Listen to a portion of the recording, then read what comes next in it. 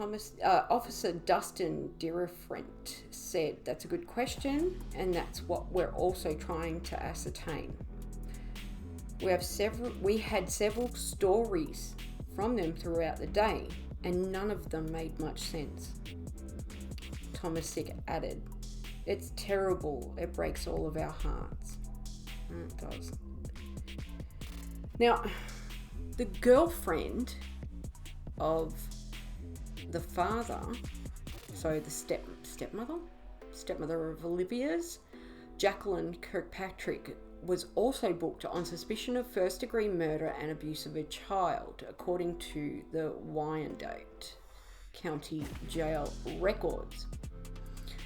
Howard Jansen referred to Kirkpatrick as his wife on social media, and on social media she used the last name Jansen.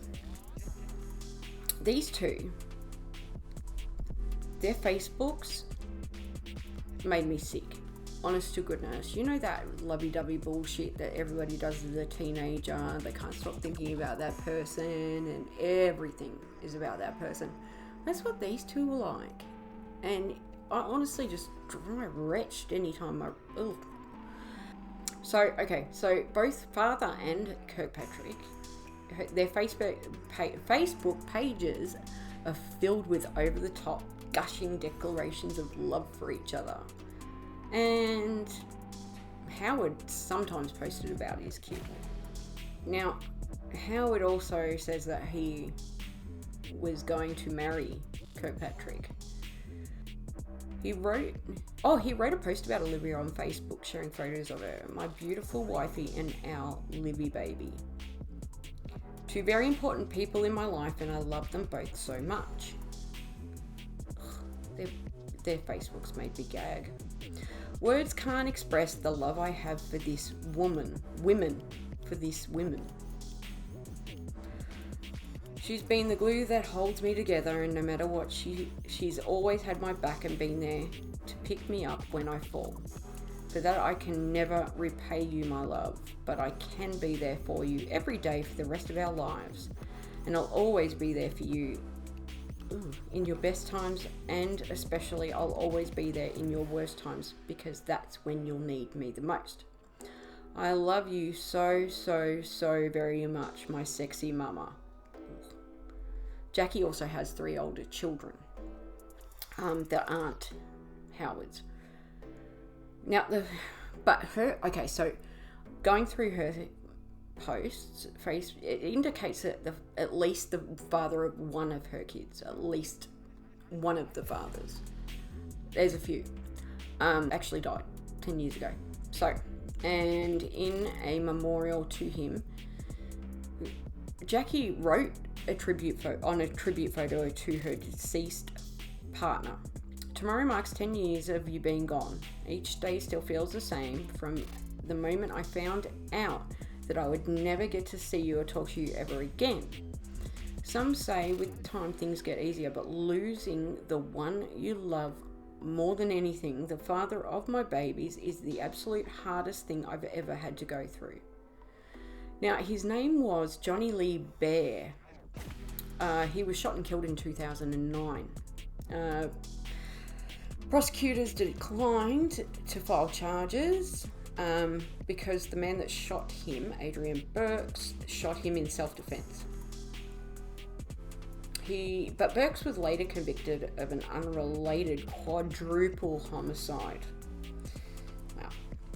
So, not only did he do that, but yeah, quadruple homicide. Bloody hell, that makes you an instant serial killer.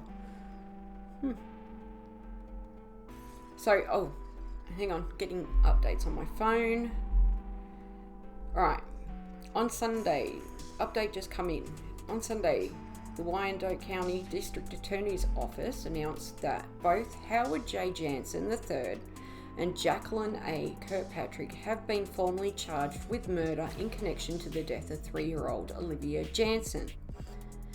Both are facing charges of first-degree murder, aggravated endangerment of a child, and criminal desecration. The desecration charge stems from unlawfully and knowingly obtaining unauthorized control of a dead body. Oh, wow.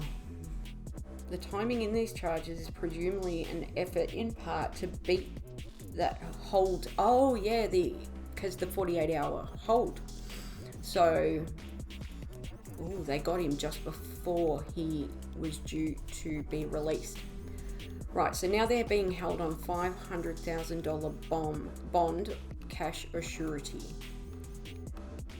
Alrighty, because the investigation is ongoing, District Attorney Mark Dupree cannot offer any more information regarding the case at this time. Fair enough.